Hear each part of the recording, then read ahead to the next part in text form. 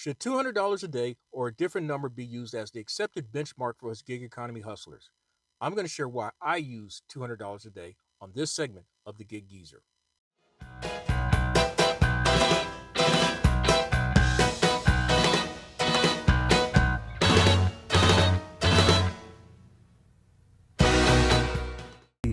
June 28, 2022.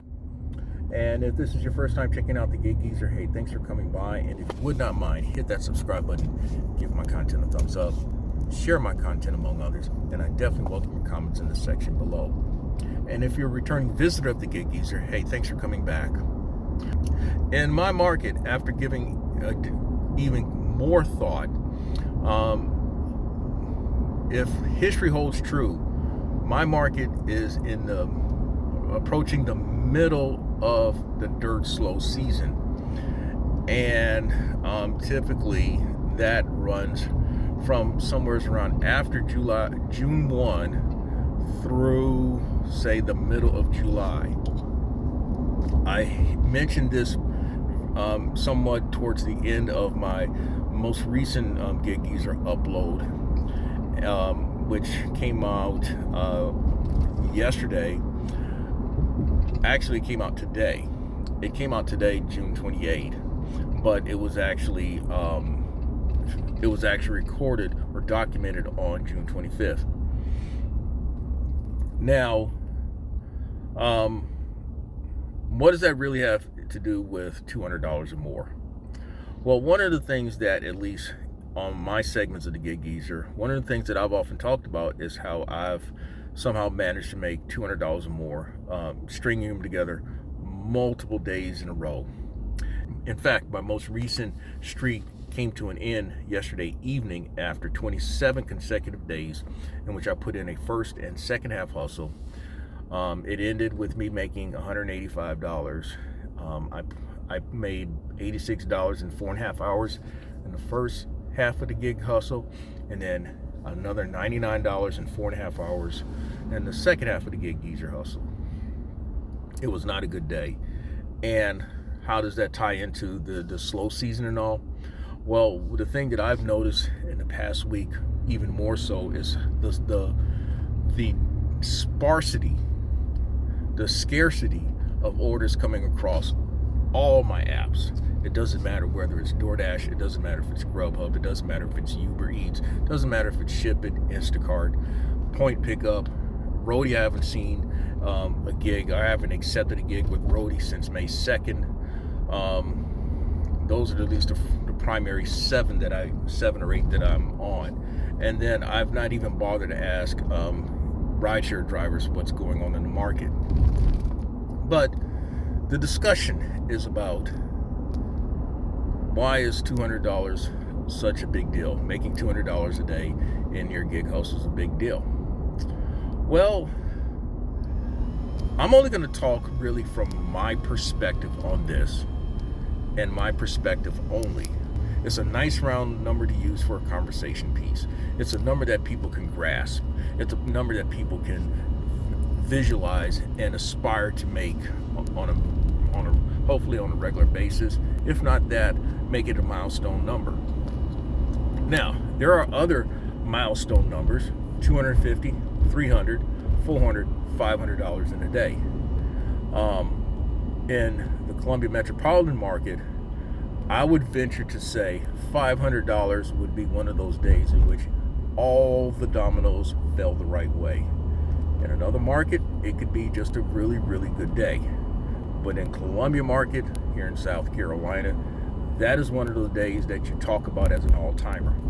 Now, what is interesting is that, at least in my experience doing gig delivery work, and so we're talking since November 2018, gig deliveries, in which I first started doing Amazon Flex, and then venturing to do food delivery, starting with DoorDash and Postmates in 2019, and then doing almost exclusively food delivery work since January 2020.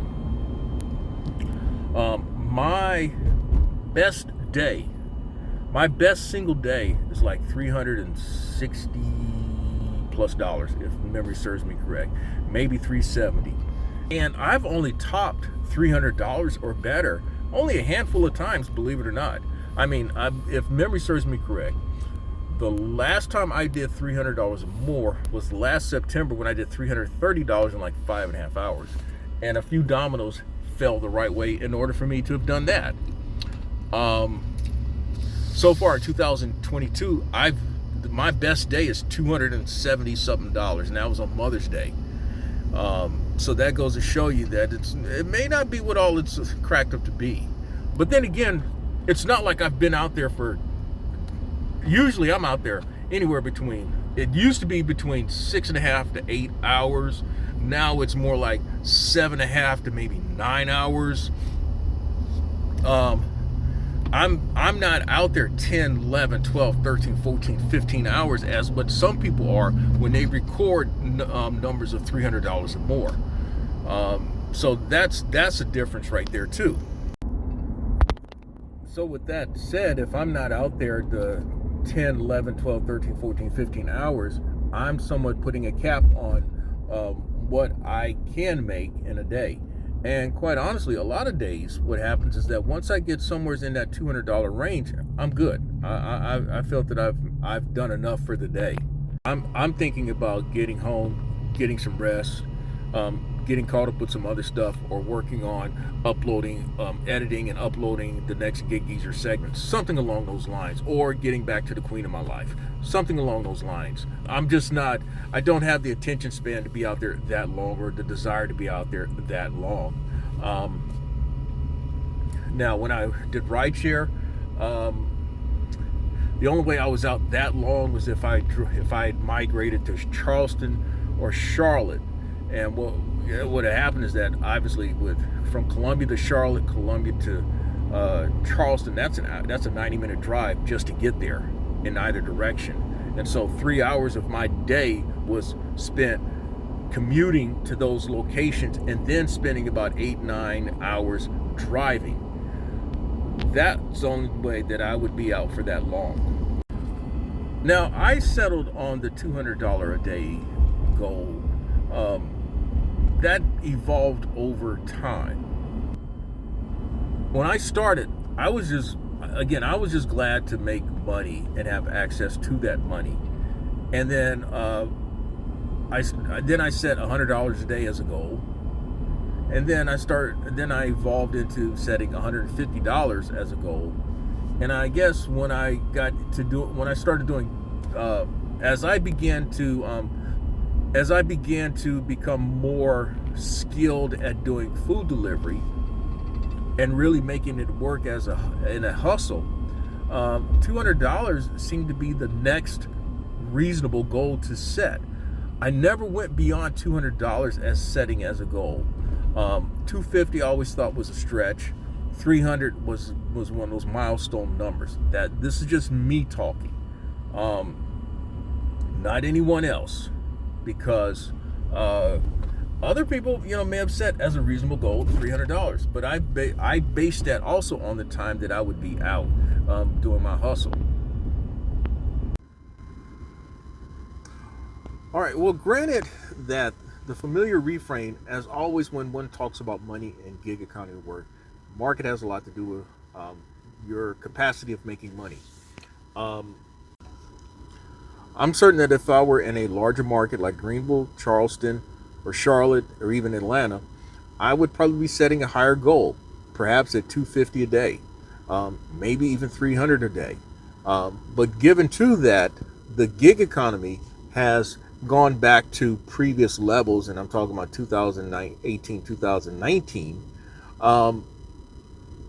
You have to ask yourself, what is attainable, what is reasonable?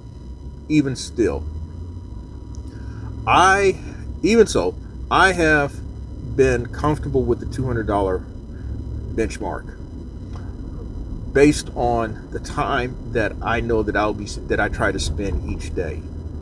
As I mentioned earlier, if I were out here 10, 11, 12 hours a day, then I would probably inch that number up higher, probably around then 250 to 300. But I'm not.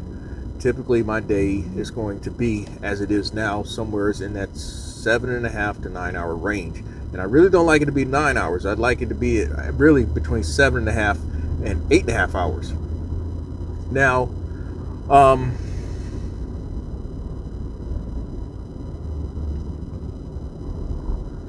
I think sometimes folk who may knock a person who make $200 or more in a day, I think some of it may be out of jealousy, but that's just an observation. I'm not knocking anybody. You know what? $200, I think, the reason why 200 is kind of a benchmark number, I think of $200 as a benchmark number just based on my experience in bowling. Now, I kind of equate the $200 a day benchmark like as bowling.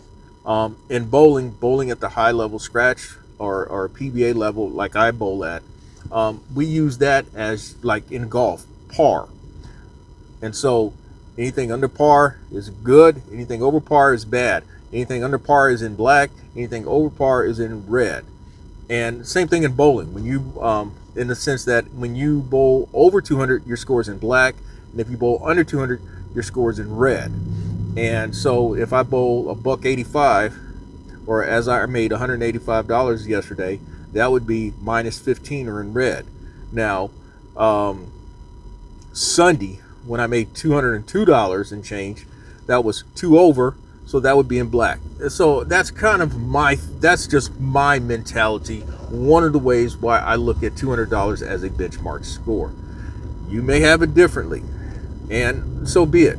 But I also think of $200 as a benchmark number because, again, it's just an easy number to wrap your brain around more than anything else. And I don't want to keep babbling on about that.